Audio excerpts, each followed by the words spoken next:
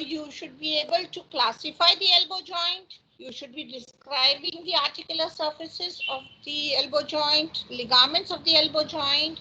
You should be able to describe the relations of the elbow joint, enumerate and describe muscles involved in the movements, different movements and muscles involved in the movements of elbow joint, nerve supply of the elbow joint. Here there's some new word which is called as describe carrying angle. You'll have to be able to describe the carrying angle, which is important, and correlate all the anatomical aspect of the elbow joint to the dislocation of the elbow joint, tennis elbow, golfer's elbow, cubital tunnel syndrome, supracondylar fractures, and a terminology called as triple triad. Is it right? So these are your specific learning objectives of today's lecture. Out of this, the applied part is quite important. You should be knowing the carrying angle also of the elbow joint in detail.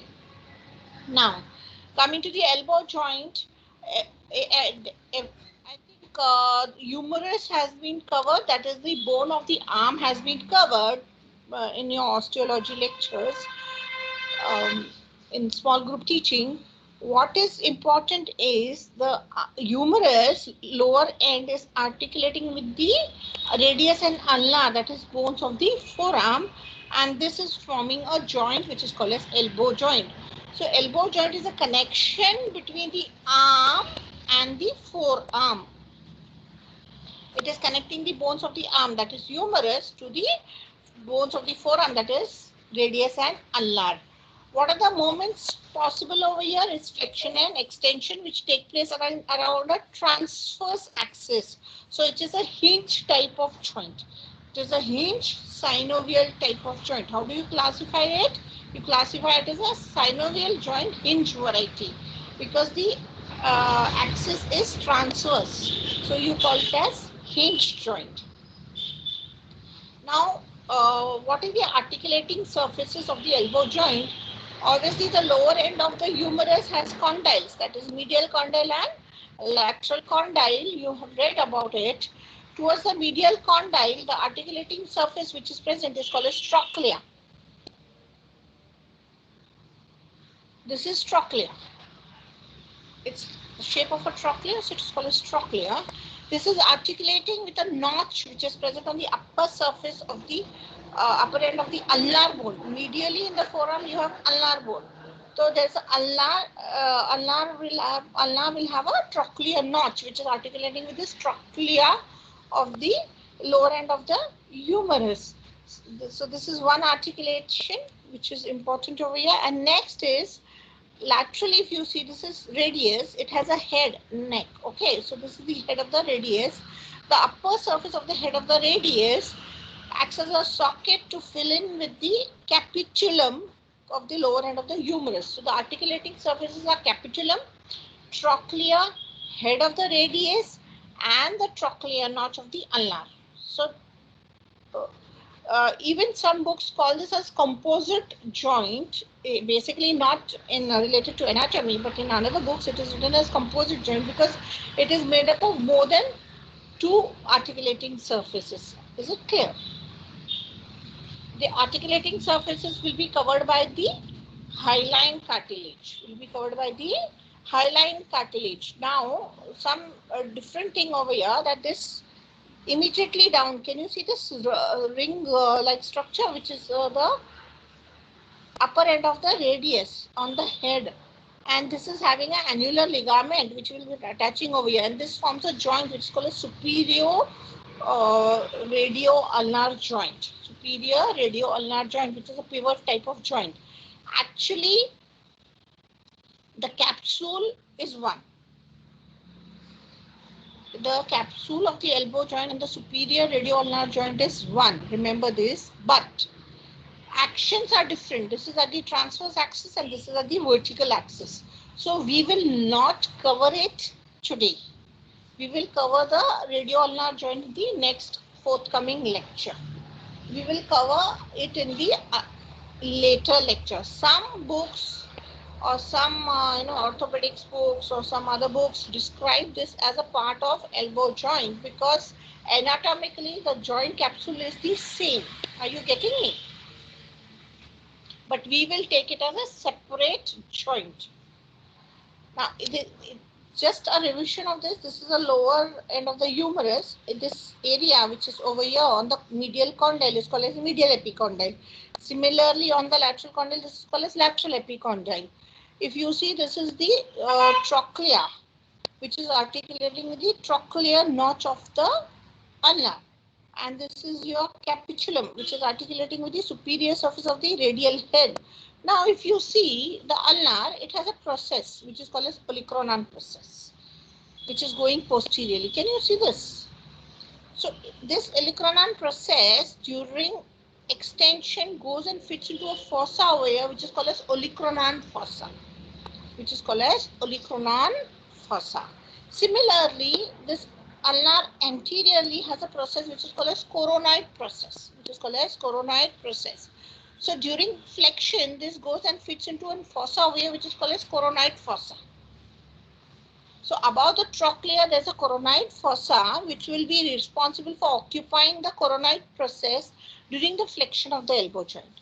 Similarly, this head of the radius, which will go in the flexion in a fossa over here, which is present above the capitulum, which is called as radial fossa.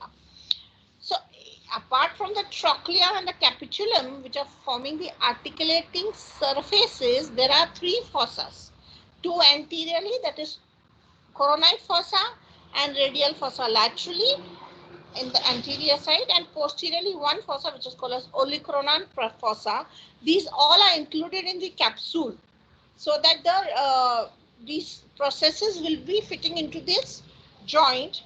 Remember, this olecranon fossa, which is fitting into this olecranon process, which is fitting into the olecranon fossa, gives lots of stability to the elbow joint during extension, so that it can perform the action of carrying or picking up things. So the stability will be because of these structures, that is processes, olecranon process, coronoid process fitting into the fossas. Is it clear? We said the articulating surfaces, if you see, was the this is medial epicondyle, which is a bit elevated, and if you recall, just behind the medial epicondyle, you had a nerve which is the ulnar nerve, which is related over here. Okay, this is your trochlea. So trochlea is going to articulate with trochlear notch of the ulnar, with the trochlear notch of the ulnar. Is it clear? This is the articulating surface. Now, if you see the coronoid process, this is the coronoid process of the ulnar. During the flexion, it will fit into this coronoid fossa to give it stability. Is it clear? Similarly, if you see the ulnar side, if you see posteriorly, there's a this is humerus. Posterior side, there's a fossa. This is called as olecranon fossa. And what fits into this olecranon fossa is your olecranon process. During extension, it will absolutely fit into it. Is this clear? Very, very clear that olecranon fossa process will be fitting into olecranon fossa. Now, coming to the humerus and the radius, we said there is a capitulum which is present on the lateral side of the lower end of the humerus, which will articulate with the superior surface. This is the superior surface of the head of the radius. See, this forms the superior radioulnar joint. This part. Okay, this will fit into it. Now coming to the capsule. As we said, the fossas are important, so the capsule will unclose the fossas also. But it will definitely exclude the epicondyles. If you recall from the epicondyle, medial epicondyle gives origin to all the flexors of the forearm, whereas lateral epicondyle will give extensors, origin to the common origin for the extensors. They are excluded from the capsule. So anteriorly, if you trace the capsule, definitely it will go above the coronoid fossa and the radial fossa. So they will be present inside, medially coronoid fossa, laterally radial fossa. So the capsule will go above it. Below it goes towards this there's an annular ligament we said over here. surrounding the head, it will go below the annular ligament over here. So the superior radioulnar joint is in the capsule. We said it is in the same capsule, and it will go towards just below the trochlear notch of the ulna. So this is the capsular attachment anteriorly. Posteriorly, it will go above it will go above the olecranon fossa, because it will include the olecranon fossa, but exclude the epicondyles. Remember this. Below, when it is coming, it will go on the side of the olecranon process. So olecranon, this is posterior surface. So the posterior surface is not inside it. It will run on the margins of the posterior aspect of the olecranon, where there is insertion of triceps brachii muscle. Okay. So triceps brachii will be outside. So this is your sides. Then it will go around and it will go to below the annular ligament and then continue this way. So the capsule, what you have to recall in the capsule of the elbow joint, it includes the 3 fossas along with the articulating surface. Is it clear? Yes. Now, coming to the synovial membrane, when we say these fossas are present, that is coronoid fossa or radial fossa or olecranon fossa, they are depressions. When we say fossa, it is depression. They have some fat over there. They have a pad of fat. So the synovial membrane which is running will cover this pad of fat. Okay, is it clear? Which are present in all these fosses. So we have pad of fat here, we have pad of fat here, anteriorly and posteriorly. And this is, can you see this? This is the superior radioulnar joint. So the synovial membrane will be continuing with the synovial membrane of the superior or proximal radioulnar joint. There are lots of bursas around the elbow joint, as we had seen in the knee joint also, isn't it? But then what is more important is we will consider only few bursas which are clinically important. There's an intratendinous bursa which is present between the different 3 heads of triceps brachii. That is your long head, medial head and lateral head. So they are called as intratendinous bursas. There's a subtendinous bursa.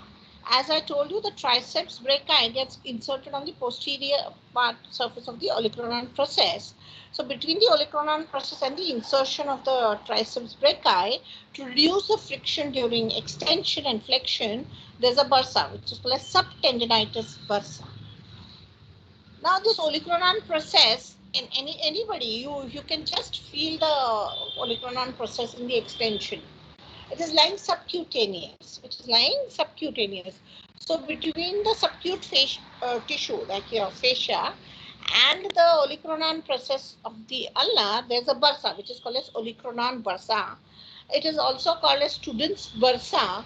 When we will see the applied anatomy of this bursa, we will see the details of the olecranon bursa. Is it clear?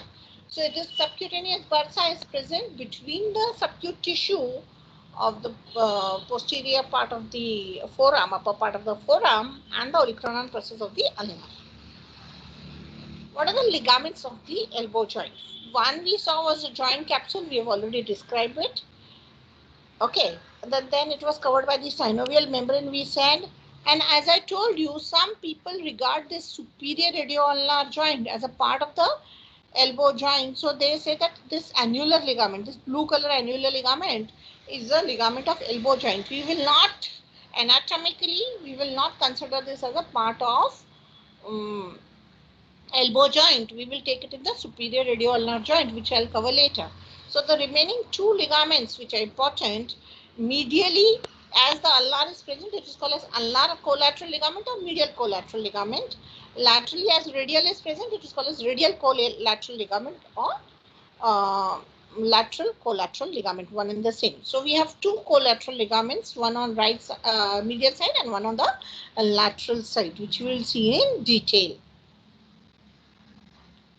To the lateral collateral ligament, obviously the name says lateral, so it is related to the radius. So radial collateral ligament, it is a triangular ligament. It takes origin from the lateral epicondyle. The apex of the triangle is towards the lateral epicondyle and the base is going downwards towards the superior radioulnar joint, which is having an annular ligament. Can you see this annular? So the base will go and blunt actually with the annular ligament, upper margin of the band. So this is the triangle. The apex is towards the lateral epicondyle, and the base is going and actually fusing or continuing with the annular ligament of the superior radioulnar joint. This is your lateral collateral ligament. So in the lateral side, if you see, this is the trochlear notch medially, which is articulating with the trochlea over here. And this is your capitulum laterally. This is lateral epicondyle. And the head of the radius will come and articulate with the capitulum over here. This is your fibrous capsule, which will come and join, cover the, and just outside the fibrous capsule, you have the radial collateral ligament, which is coming from the lateral epicondyle, and the fibers will go downwards, forwards, and posteriorly, and finally go and fuse with the annular ligament, which is actually, if you see the annular ligament, medially you have ulnar. Ulnar has a radial notch. This annular ligament is taking from origin, getting attachment from two margins of the radial notch present on the lateral surface of the ulnar. Okay, so it will go and blunt with it.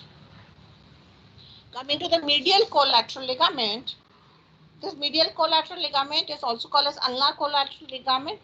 It is very strong. It is made up of 3 bands. It is made up of 3 bands. The anterior band. This is the anterior band.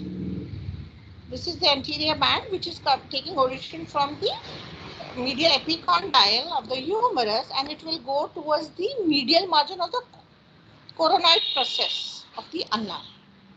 It is going towards the coronoid process of the ulnar. The posterior band, if you see, it's coming again from the medial epicondyle, but it goes downwards and it is going towards the olecranon process. This is the olecranon process of the ulnar. So it is going on the medial side of the olecranon process. So there's an anterior band, there is a posterior band, and the last band, which is third band, which we are going to see, is the transverse band. What it is doing, it is connecting the ulnar attachment of both anterior band and the posterior band. So from the coronoid process to the olecranon process, it is running transversely.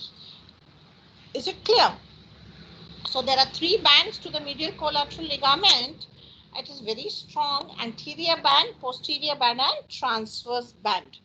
If you see, this is trochlear notch of the ulnar. This is the olecranon process of the ulnar, and this is the coronoid process of the ulnar. This is your trochlea of the humerus, and this is coronoid fossa, and behind you have the olecranon fossa. The fibrous capsule will cover it. Coming from the medial epicondyle, going towards the coronoid process, we have the anterior band. The posterior band comes from the medial epicondyle going towards the olecranon process. Yes. If you see the medial border of the olecranon process, there is a tubercle, which is called a sublime tubercle. So some books says it goes to sublime.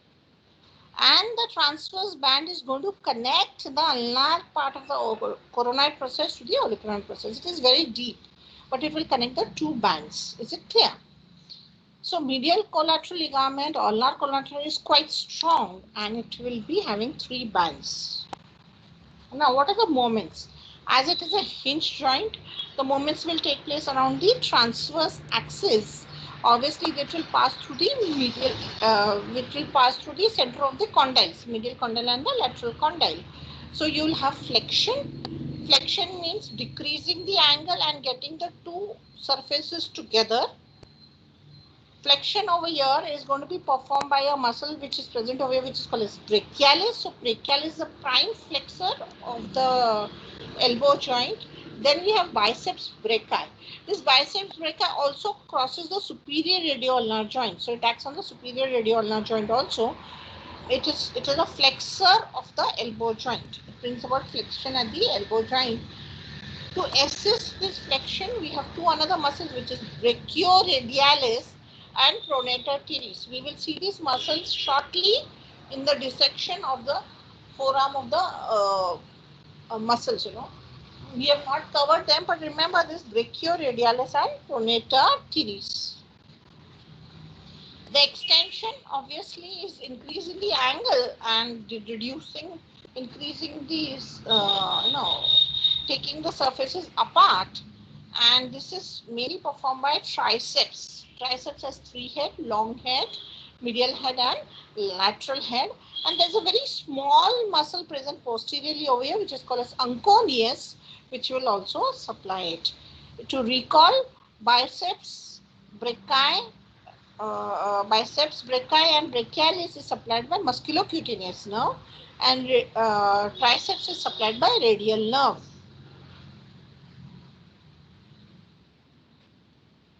Now, what are the relations? Anteriorly, everybody knows, anterior to the elbow joint, we have cubital fossa. In the cubital fossa, you remember, there's brachialis muscle forming the floor, and above we have the tendon of biceps, median nerve and brachial artery, right? So this will be the relation of the anterior relation of the elbow joint. Posteriorly, we have triceps, and we said there's an intratendinous bursas, which will be or the subtendinous bursas. So the bursa is going to be present. Medially, you have to remember, just behind posterior to the medial epicondyle runs your ulnar nerve, okay, which crosses the medial ligament of the joint, that is medial collateral ligament, ulnar collateral ligament of the joint. Laterally, from the lateral epicondyle, there is origin of the common extensors. And you should remember supinator muscle also here, supinator muscle over here. Is it clear? So the relations is quite easy to recall of the elbow joint. Anteriorly, you have brachialis, biceps, median nerve, brachial artery. Posteriorly, triceps along with the bursas. Medially, ulnar nerve has to be remembered definitely, because for the clinical importance also. And laterally, you have extensors, tendon and the supinator. Now we said there is a carrying angle. What is this carrying angle? Everybody, if you're sitting in the house, you can just, flex your hand and extend your hand at the elbow joint. When you extend the hand at the elbow joint, see the long axis of the forearm and see the long axis of the forearm. This is the long axis of the arm and this is the long axis of the forearm, isn't it? So they are not in a straight line. They are not in a straight line. There is an opening angle. There's a difference in the angle. Actually, if you trace this angle, this should be 180. And this is 180, right? But this which opens outside, the angle which opens outside or opens laterally, we call it as, it is about 165 degree to 170. That is, it is 170 in males and 167 in females. It is lesser in females compared to the male, and this angle is called as carrying angle. And this angle is called as carrying angle. So the angle between the long axis of the arm and the forearm, which opens laterally, which is about 165 degree to 170 degree, is called as carrying angle. This angle is seen only in extension. Everybody flex your arm.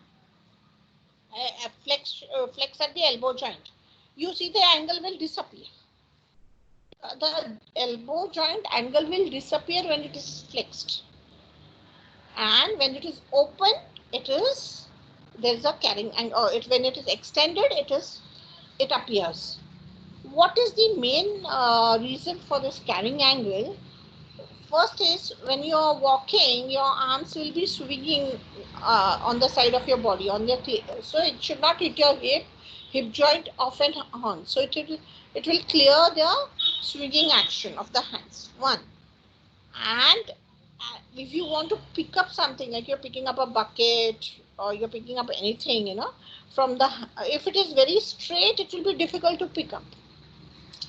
But if it is, having an angle, carrying angle, it is easy to pick up. Are you getting me? Therefore, the name has come as carrying angle. This angle makes us humans possible to carry something in our hand at the extended elbow so that we can carry things easily. Therefore, this is called as carrying angle. Is it clear? What is a carrying angle? It is the angle between the long axis of the arm with the forearm. Basically, it is humerus and the ulnar.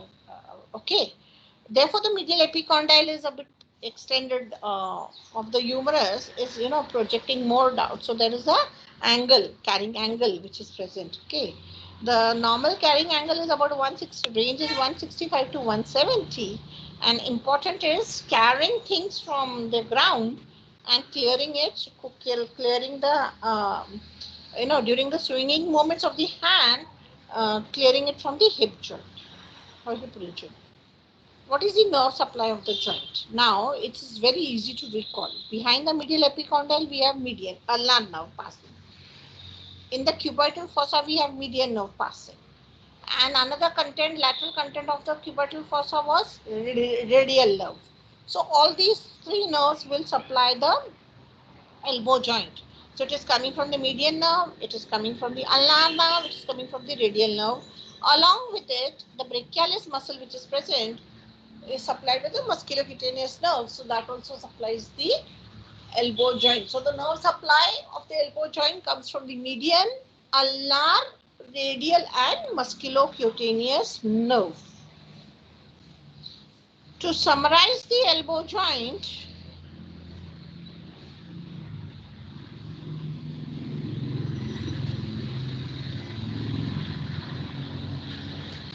what we said, the elbow joint is the joint present between the forearm and the arm. It is at the lower end of the humerus, which is articulating with the ulnar and the radius. So medially we have trochlea, which is articulating with the trochlear notch of the ulnar, and laterally we have capitulum, which is articulating with the radial head, upper end, that is the radial head. So these are the articulating surfaces. They will fit into the fossas, which we have seen already, that is olecranon fossa, coronoid fossa and radial fossa. They all will be having a capsule. This capsule will be covered by the synovial membrane, which will have the synovial fluid in it, right? And what are the moments? It is a hinge joint. Actually, as I told you, some people call it a composite hinge joint. Why? Because more than one bone is taking part. There's a humero-ulnar, humero-radial and radio-ulnar. We don't consider radio-ulnar joint over here. Actions which are taking place is flexion and extension. Which are the main flexors? We said is biceps brachii, brachialis muscle. Then we have brachioradialis muscle. Okay, coming to the extensors, main extensor, prime extensor is triceps, along with a small muscle which is anconeus muscle. So these are the muscles which report flexion and extension. Coming to the ligaments, we said that annular ligament, which is the part of the radio-ulnar joint, some books describe it. We have not. There is a radial collateral ligament, there is a ulnar collateral ligament, and there is a fibrous capsule which is covered by the synovial membrane. Now we will see the clinical correlation, or we will see something which is clinical applied anatomy of the elbow joint. What we said, there was a carrying angle, isn't it? This carrying angle is present outward laterally. So this is about 15 to 18 degree. About 15 to 18 degree. And this is normal. This is normal. Is it right?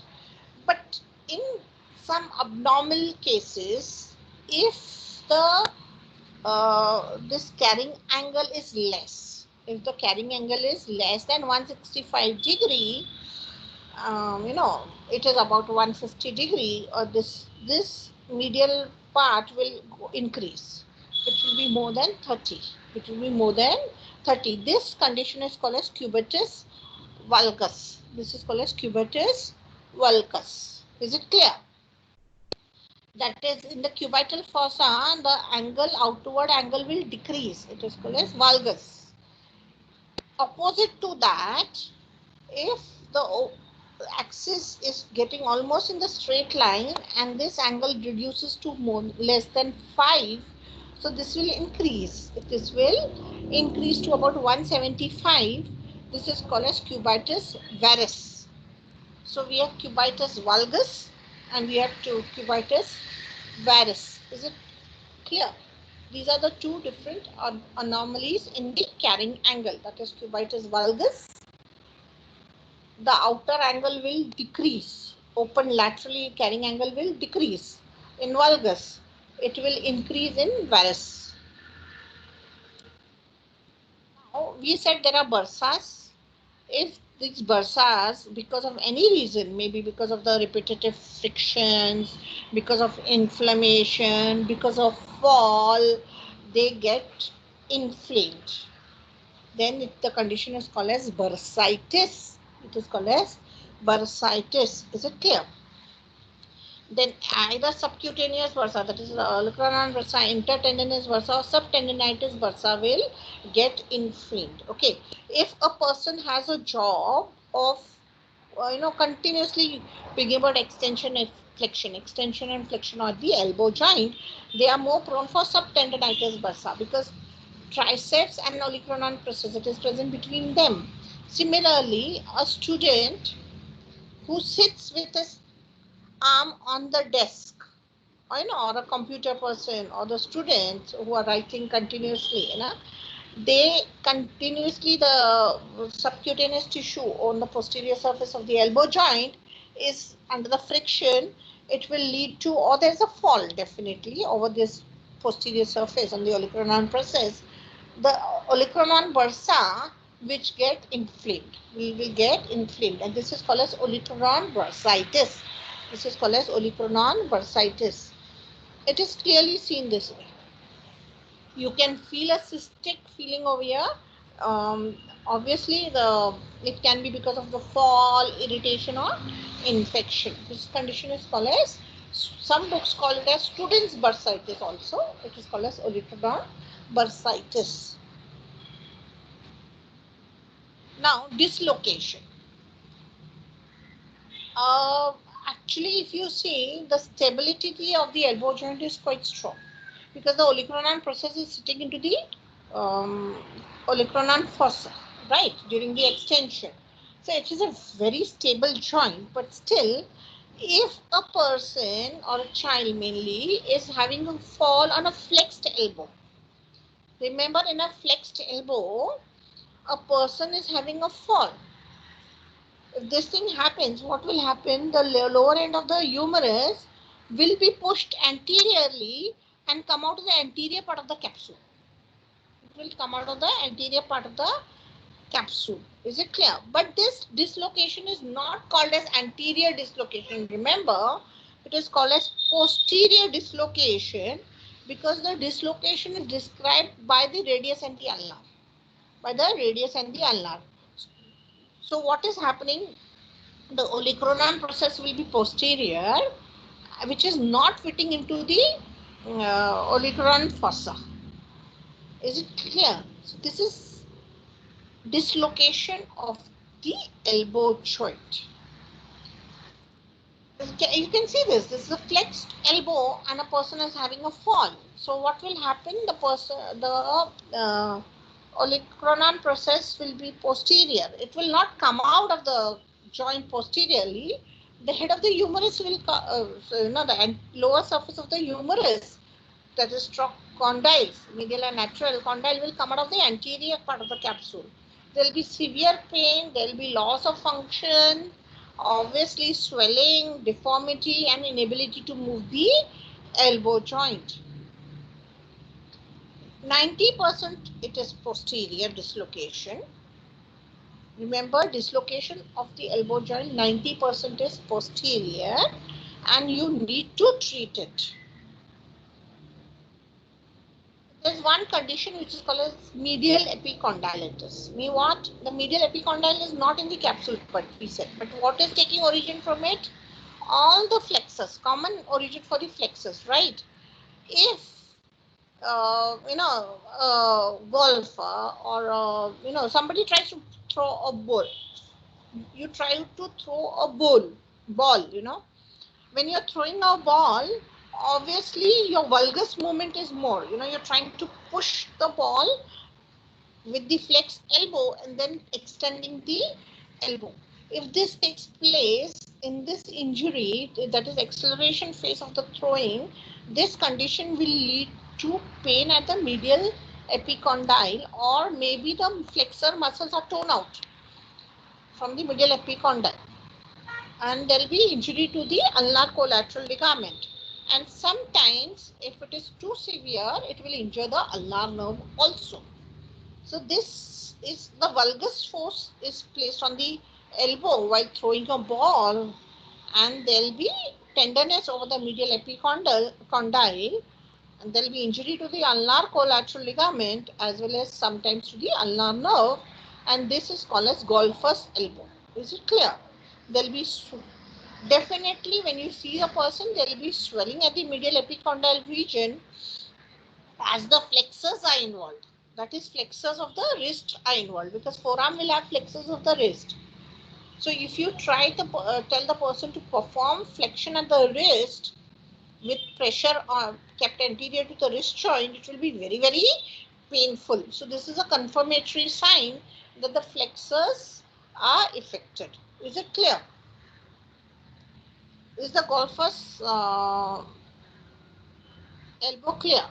Is it clear? There'll be, if the ulnar nerve is involved, obviously it is supplying, maximally it is supplying the muscles in the hand. So there will be tingling, numbness, which will be felt along the ulnar nerve. You will do the ulnar nerve in detail tomorrow. You will understand this better. Okay. Coming to the lateral epicondyle, you know, epicondyle infection. It is called as lateral epicondylitis.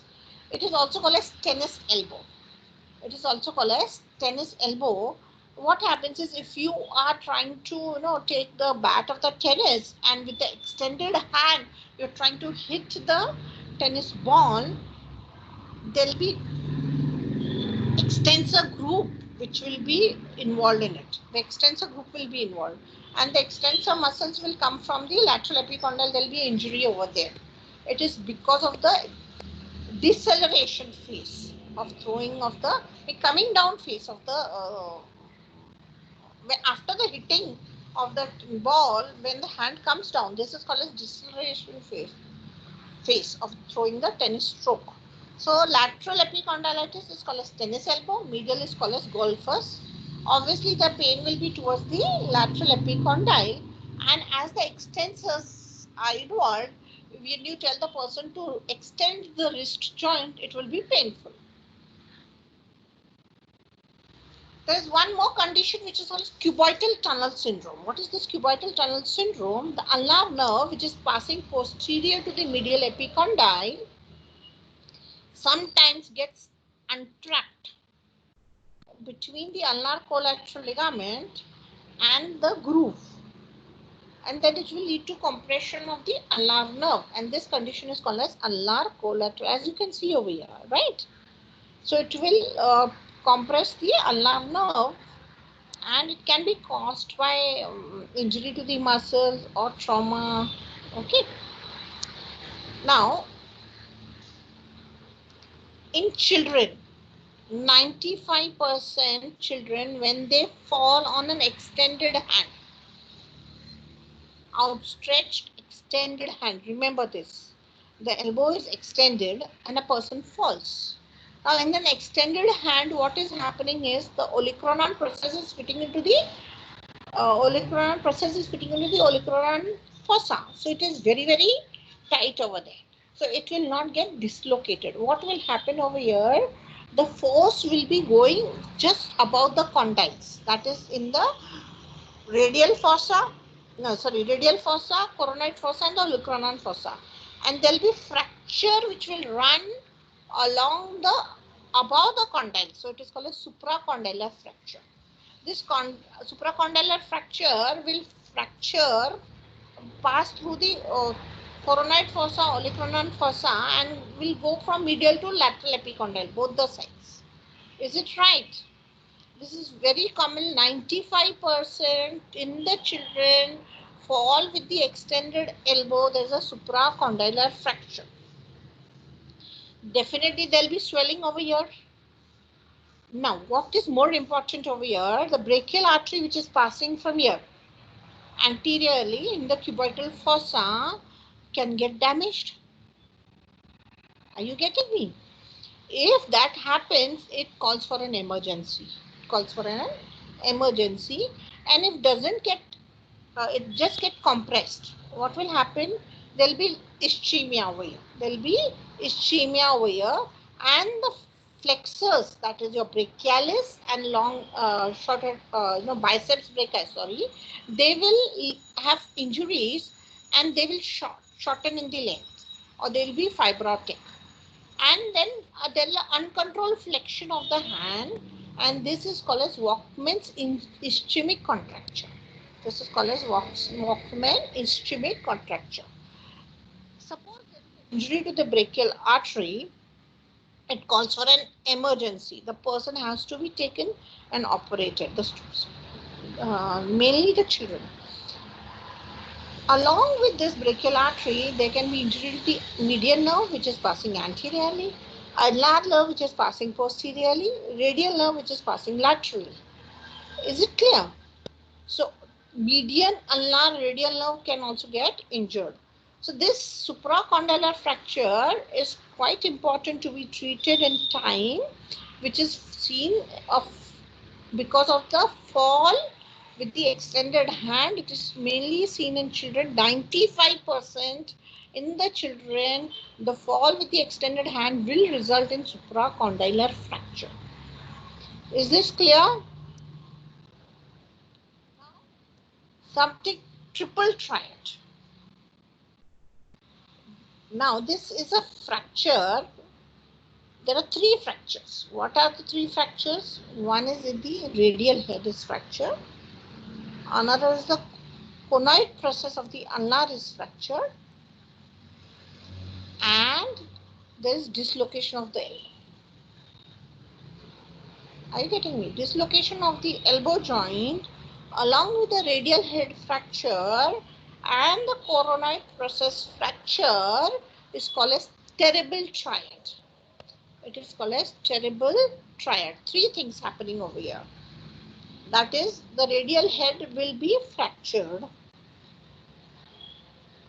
The coronoid process will be fractured, and the elbow joint will be dislocated posteriorly, will be dislocated. Is it clear? So there will be dislocation.